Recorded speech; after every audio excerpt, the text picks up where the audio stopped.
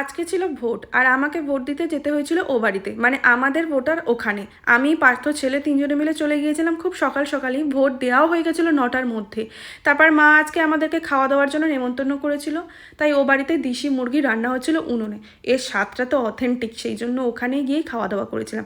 আর আমাদের বাড়িতে প্রচুর গন্ধরাজ লেবু হয়েছে জানো তো।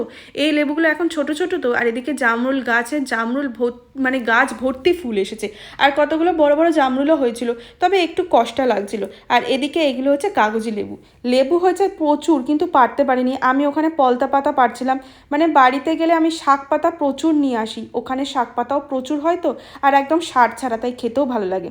তারপর আর কি বাড়ি থেকে ফেরার পথেই ভাগ্যিস তাড়াতাড়ি চলে এসেছিলাম, হালকা হালকা ঝোড়ো হাওয়াও বইছিল। আর যেই না আমরা ফ্ল্যাটে এসে গেছি তার কিছুক্ষণ পরেই প্রচণ্ড জোরে ঝড় বৃষ্টি উঠেছে।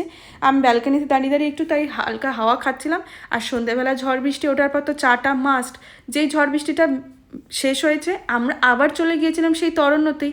তোমাদেরকে বলেছি যে এখানে আমরা প্রত্যেক দিনই যাই, একটু চা আর একটু তন্দুরি খেয়ে বাড়ি চলে এসেছিলাম। আজকের মতো ভিডিওটা